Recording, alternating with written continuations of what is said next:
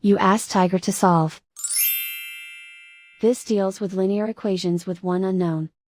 The final result is c equals 10. Let's solve it step by step. Group all constants on the right side of the equation.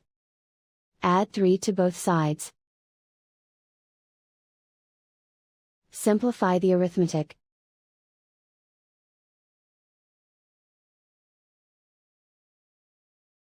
Isolate the c. Divide both sides by 2.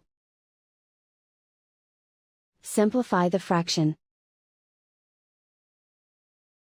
Find the greatest common factor of the numerator and denominator. Factor out and cancel the greatest common factor.